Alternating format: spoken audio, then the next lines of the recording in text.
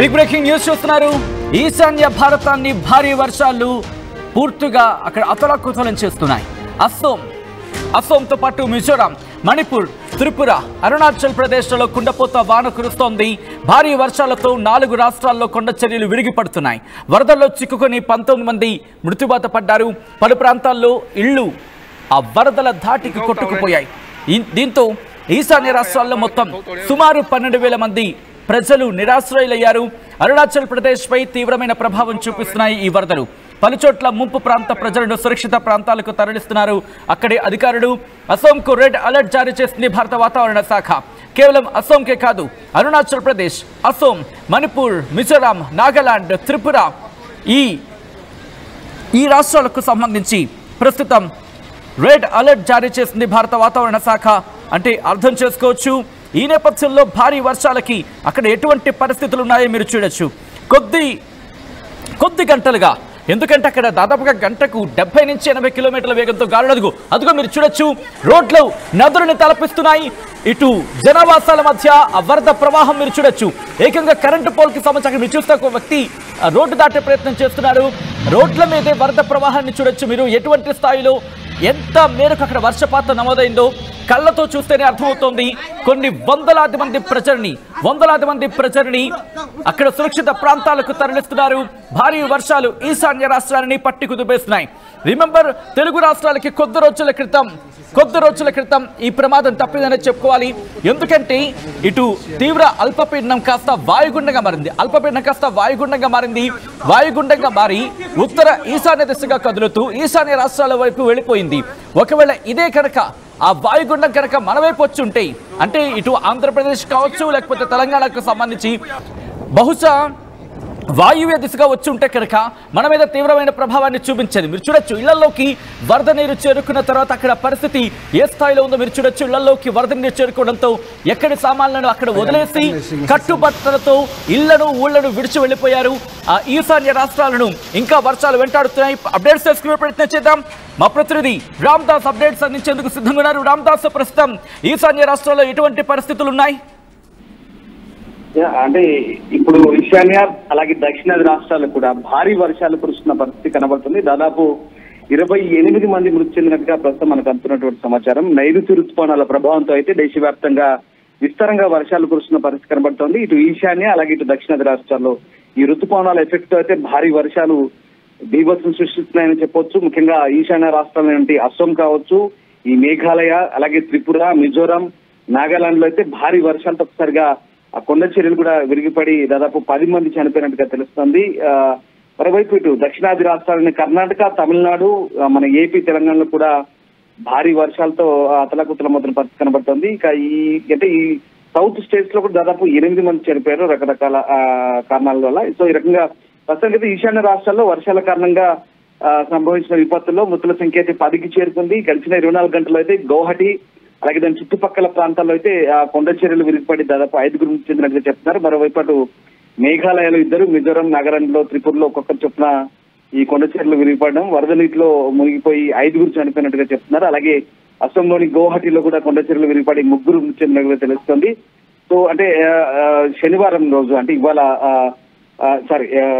31 తారీఖు అస్సాం పశ్చిమ, దక్షిణ ప్రాంతాల్లో భారీ వర్షాలు కురుస్తున్నాయని అయితే ఐఎండీ చెప్తోంది. ముఖ్యంగా అస్సాంలోని ఈ లఖీంపూర్ తో సహా అనేక ప్రాంతాల్లో వరదలు సంబంధించిన పరిస్థితి, ఫ్లాష్ వస్తాయి. ఆకస్మిక వరదలతో ఒకసారిగా జీవనం స్తంభించిపోయిన పరిస్థితి కనబడుతుంది. మరోవైపు అటు మరొక ఈశాన్య రాష్ట్రమైనటువంటి మేఘాలయలో కూడా అదే భారీ పరిస్థితి కనబడుతుంది. భారీ వర్షాలు అయితే అక్కడ కూడా బీభత్సాన్ని కలిగిస్తున్నాయి. దాదాపు 3 మృతి చెందినట్టుగా తెలుస్తుంది గడిచిన 24 గంటల్లో ఈ భారీ వర్షాల కారణంగా. అటు తూర్పు ఖాసీ హిల్స్ జిల్లాలో అయితే ఒక వృద్ధురాలు, ఒక మైనర్ సహా 3 మృతి చెందినట్టుగా ప్రస్తుతం మనకు క్యాజువాలిటీ రిపోర్ట్స్ అందుతున్నాయి. సో అంటే గత కొద్ది రోజులుగా కురుస్తున్న భారీ వర్షాల కారణంగా ఇటు అరుణాచల్ ప్రదేశ్ పరిస్థితి కూడా అంటే అక్కడ కూడా అనేక జిల్లాల్లో ఆకస్మిక వరదలు, కొండ చర్యలు విరిగిపోవడంతో సాధారణ జనజీవనం అయితే తీవ్రంగా అస్తవ్యస్తమైన పరిస్థితి కనబడుతుంది. మరోవైపు మరొక రాష్ట్రమైనటువంటి మిజోరాంలో కూడా భారీ వర్షం కారణంగా 5 ఇళ్లు దెబ్బతిన్నాయి. ఒక హోటల్ కూలిపోవడంతో కొంతమంది చనిపోయినట్టుగా చెప్తున్నారు. సో అలాగే ఇక్కడ లాంక్లై జిల్లాలోని బజార్ వెంగ్, అలాగే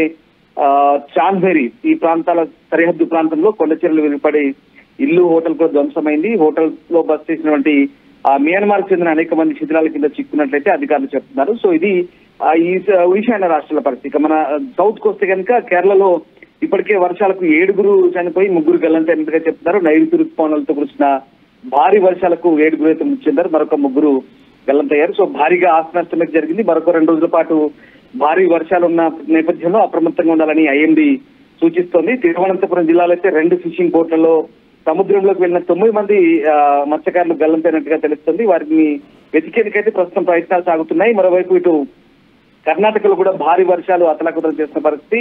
బెలందూరులో అత్యధికంగా 45 సెంటీమీటర్ల వర్షపాతం అయితే నమోదైన పరిస్థితి కనబడుతుంది. అలాగే నిన్న కర్ణాటకలో భారీ వర్షాలు విధ్వంసం సృష్టించాయని చెప్పొచ్చు.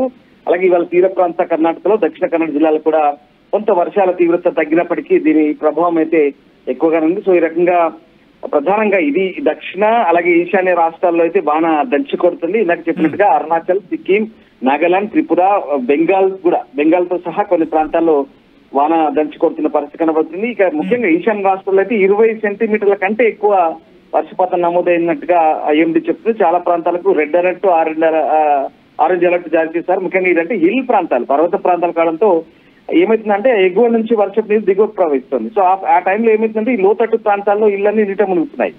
అరుణాచల్ ప్రదేశ్ దపోరిలో కూడా అదే పరిస్థితి. అక్కడ సిగిన్ నదిలో ఆ ప్రవాహం పోటెత్తింది. అలాగే కామింగ్ లో వరదల్లో చిక్కుకొని చాలా మందిని రక్షించారు. ఇక మియాంగ్ నది ప్రమాదకర స్థాయిలో ప్రవహిస్తోంది. సో ఈ రకంగా అంటే చాలా ప్రాంతాలు ఇప్పుడు మీకు ఇందాక చెప్పినట్టుగా కేరళలో అయితే ఇక కొల్లం, పతనంతిట్ట, అలప్పుజ, కొట్టాయం, ఇడుక్కి, ఎర్నాకుళం, త్రిశూర్, మలప్పురం, కోజికోడు, కర్నూలు అంటే ఒకటే చెప్తున్నాం మనం. మొన్న కూడా మనం ఆర్టీవీ ఇచ్చినటువంటి వెదర్ రిపోర్ట్ లో మనం చాలా అలర్ట్ చెప్తున్నాం. ముఖ్యంగా వెస్టర్న్ ఘాట్ సైడ్ వెళ్ళకండి, ఇప్పుడున్న పరిస్థితుల్లో పశ్చిమ కనుమల వైపు వెళ్ళొద్దు. ఎందుకంటే టూరిస్టులు చాలా మంది చాలా ఆహ్లాదకరంగా ఉంటుందంటే కేరళ అటు ప్రాంతాలకు టూరిస్టులు వెళ్తుంటారు. మరొకసారి మనం అప్పీల్ చేస్తున్నాం, వెస్టర్న్ ఘాట్స్ వైపు వెళ్ళొద్దు దయచేసి. ఎందుకంటే ఆ ప్రాంతాల్లో కొండ చర్యలు విరిగిపడే అవకాశం ఉంది కాబట్టి అటువైపు వెళ్ళకని చెప్పుకోవాల్సిన పరిస్థితి మనకు మరొకసారి కలుగుతోంది. ఎందుకంటే కొంచెం వర్షం తగ్గిన తర్వాత అటు ప్రాంతాల్లో వెళ్ళొచ్చు టూరిస్టులు యథావిధిగా. సో ఇప్పటికే అక్కడ వందలాది మందిని షెల్టర్స్ కు తరలించారు, పునరావాస కేంద్రాలు తరలించారు. ఆ కాసర్గోడ్ లో కూడా అదే పరిస్థితి. మధువాహిని నది ఉప్పొంగింది. ఆ సమీప ప్రాంతాల ప్రజలు ఇళ్లపై అంతస్తులకు వెళ్లి తలదాచుకున్న పరిస్థితి కనబడుతుంది. సో మనం తెలిసిందే మనకు వయనాడు ల్యాండ్ స్లైడ్ ఏ రకంగా మనం కొండ చెల్లు విరిపడి ఎంతటి విషాదకరమైన ఘటనమో దాంతో మనం హెచ్చరికలు జారీ చేయాల్సి వస్తుంది. మన బాధ్యతగా ఆర్టీవీ కూడా మనం ఇప్పుడు ఆ స్టేట్మెంట్ ఇవ్వాల్సి వస్తుంది. సో ఏదేమైనా మొత్తం మీద ప్రస్తుతానికైతే ఇటు జమ్మూ కాశ్మీర్ లో కూడా భారీ వర్షాలు కురుస్తున్నట్టుగా తెలుస్తుంది. కర్ణాటక, మహారాష్ట్రలో కూడా అదే పరిస్థితి.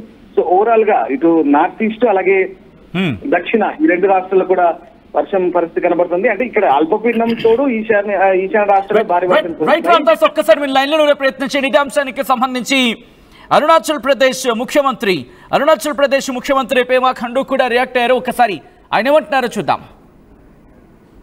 इस जो प्रिपेयर्डनेस है यहाँ पे स्टेट लेवल में ऑलरेडी चीफ सेक्रेटरी के अंतर्गत में मीटिंग ऑलरेडी हो चुका है और इस बार मानसून थोड़ा अर्ली आ गया है. मार्च से ही हम लोग बारिश एक्सपीरियंस कर रहे हैं और हेवी बारिश हो रहा है इस बार.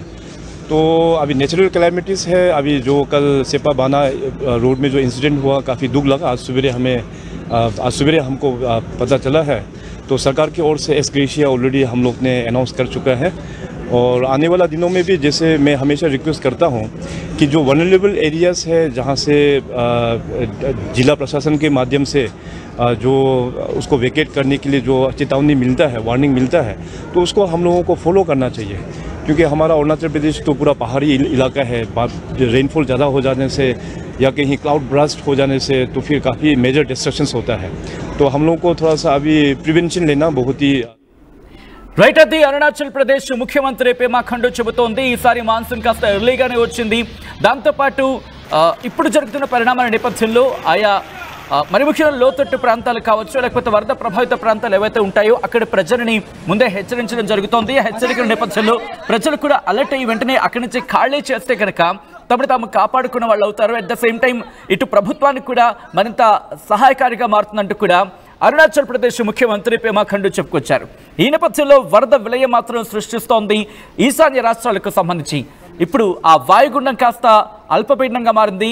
ఆ అల్పపీడనం మరింత బలహీనపడి అల్పపీడనం కాస్త తీవ్ర అల్పపీడనంగా మారకుండా బలహీనపడి ప్రస్తుతం తన ప్రభావాన్ని కాస్త తగ్గించిందని చెప్పుకోవాలి. బట్ అక్కడ వరదలు మాత్రం కంటిన్యూ అవుతున్నాయి. ఇంకొన్ని రోజుల పాటు, ఇంకా చెప్పాలంటే కొద్ది గంటల పాటు ఇటువంటి పరిస్థితే మనకి కనిపిస్తోంది ఇటు ఈశాన్య రాష్ట్రాలకు సంబంధించి.